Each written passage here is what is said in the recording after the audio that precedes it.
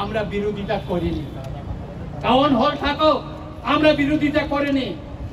কিন্তু গতকাল মাননীয় মুখ্যমন্ত্রী মহোদয় এই টাউন হলকে ডক্টর শ্যামাপ্রসাদ মুখার্জির নামে নামকরণ করার জন্য উনি ঘোষণা দিয়েছেন।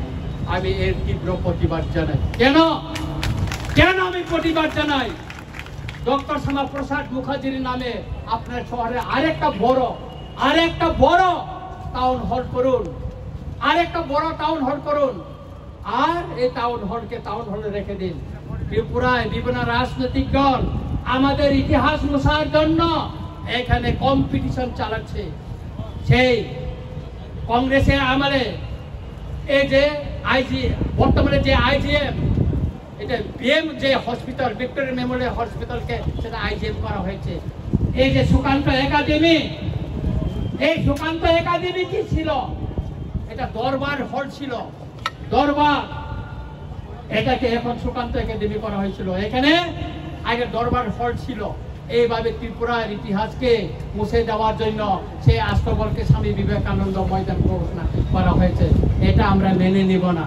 আমরা অনুরোধ করব মাননীয় মুখ্যমন্ত্রীকে, বিনয়ের সঙ্গে অনুরোধ করব, মাননীয় মুখ্যমন্ত্রী মহোদয়, আপনি আরেকটা জায়গায় অনেক কোটি টাকায় শীততাপ নিয়ন্ত্রিত একটা ডক্টর শ্যামাপ্রসাদ মুখার্জির নামে আপনি আরেকটা হল করুন, টাউন হল করুন। তাতে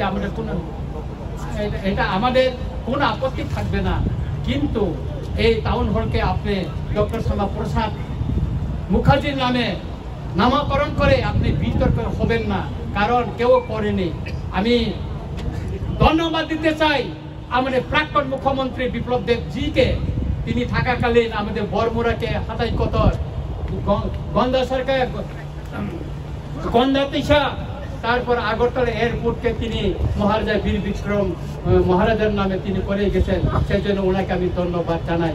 তাই আমি মাননীয় মুখ্যমন্ত্রীকে অনুরোধ করব, বিনয়ের সঙ্গে অনুরোধ করব, এই যে টাউন হলকে আপনি যে ডক্টর শ্যামাপ্রসাদ মুখার্জির নামে যে নামকরণের ঘোষণা দিয়েছেন সেটাকে প্রত্যাহার করে নিয়ে অন্য জায়গায় ওনার নামে সসম্মানে ওনার স্ট্যাচু বানিয়ে ওনার জন্য একটা শহরে